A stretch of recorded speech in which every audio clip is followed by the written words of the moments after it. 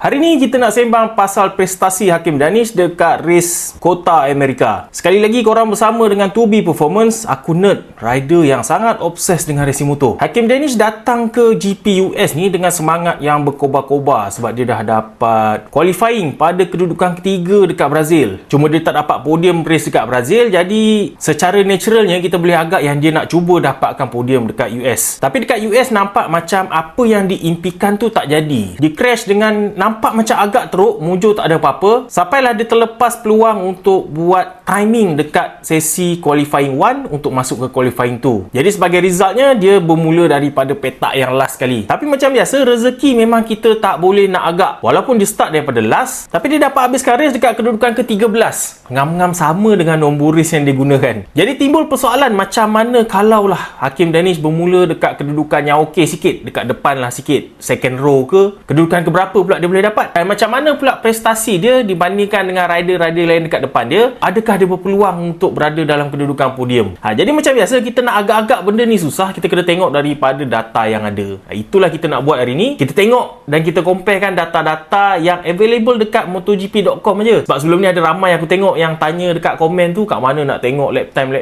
ni semua. Dekat MotoGP.com ada. Jadi untuk peminat yang bijak sikit, kita boleh analisis daripada data-data yang ada ni. Memang available dekat website dia. Jom kita tengok. Dekat sini kita boleh nampak Hakim Danish finish pada kedudukan ke-13 dan best lap time dia ialah 2:14.902. Jadi kita comparekan dengan rider-rider lain. Race hari tu yang menang ialah Guido Pini. Dia punya best lap time dia ialah 2:13.417. Tapi kalau kita tengok dia punya lap time yang lain, konsisten pada 14.4, 14.3, 14.1, 14.3, 14.8, 14.6. So kalau kita bandingkan dengan leader kepada race ni, best lap time Hakim Danish pun slow sikit daripada dia punya average lap time Guido Pini. Kita tengok pada tempat kelima ni, Adrian Fernandez, walaupun best lap dia 2:14.1, tapi banyak lap yang dia buat 2:15, 2:15, 15:4, 15:5, 16:0. Jadi secara realistiknya, yang terbaik Hakim Danish boleh buat, kalaulah dia boleh buat best lap time dia tu tiap-tiap lap dengan konsisten, ialah sekitar kedudukan ke-4 ke-5. Rider yang atas daripada kedudukan ke-5 ni, kita tengok dia orang punya konsisten timing dia 14.7, 14.7, semuanya lagi laju daripada best lap time Hakim Danish. Pace Hakim Danish pula dia buat 2:14 dan juga 2:15 sekitar ni. Okey ke tak okey pace macam ni? Kalau pendapat aku sendiri, aku rasa ini sangat okey untuk seorang rookie. Dia dah sama dah dia punya pace macam rider-rider dalam top 10. Rider ke-7, ke-8 semuanya buat timing macam ni. Contoh dia 2:15. Kita tengok Brian Uriarte, satu batch yang graduate daripada Red Bull Rookies, pun buat timing yang lebih kurang sama. 2:15, 2:15, 2:14.8, 2:14.9, 2:15.2, 2:16. So kalau kita bandingkan Brian Uriarte sekalipun, walaupun fastest lap dia lagi laju daripada Hakim Danish punya fastest lap time, tapi kalau kita tengok dia punya pace ni lebih kurang sama je dengan Hakim Danish, malah lagi slow lagi. 2:16 dia buat sampai 2 kali. Sedangkan Hakim Danish kalau kita tengok tak ada 2:16, semuanya konsisten 14 dan 15. Okey, satu lagi data yang menarik, catatan top speed Hakim Danish kali ni tak sama macam dekat race yang sebelum ni. Selalunya dia berada dalam kedudukan top 10 punya top speed. Tapi dekat sini kita tengok Hakim Danish punya ranking top speed cuma berada pada kedudukan ke-17 daripada 25 rider. Kalau kita tengok dekat sini, Hakim Danish punya top speed ialah 234.4. Berbanding dengan rider-rider yang duduk depan,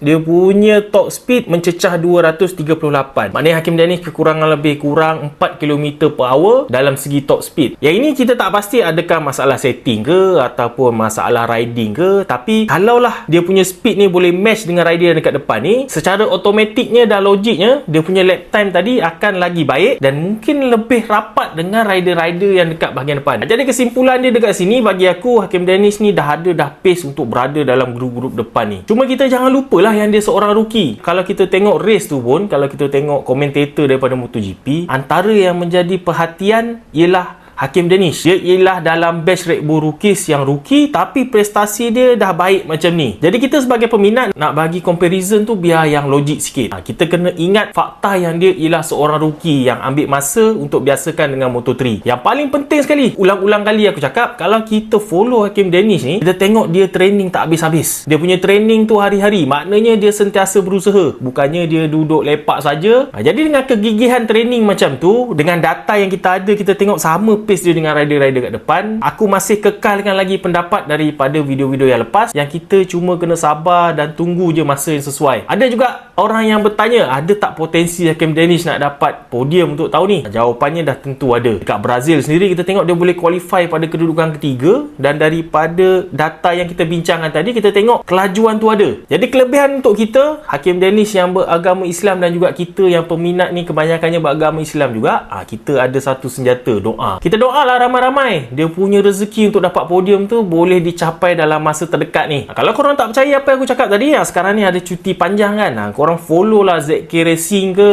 Hakim Danish punya personal media sosial ke, korang akan nampak jadual dia yang padat tu. Memang training, makan, minum, tidur, motor. Okay, kita semua ada pendapat masing-masing sebagai peminat, tapi aku menganjurkan marilah kita jadi peminat yang support dia. Okay, baju yang aku pakai ni ada on sale, jangan lupa aku sediakan dia punya link dekat bawah ni. Toby Performance dan juga rakan strategik Brad Motorsports, kita orang sentiasa buat event-event untuk motor, untuk peminat pemotoran. Jadi kalau ada rasa nak support dengan badan yang dekat dengan racing motor macam kita orang ni, bolehlah dapatkan selai. Jangan lupa MotoGP boleh diikuti dengan apps Sport TV Now.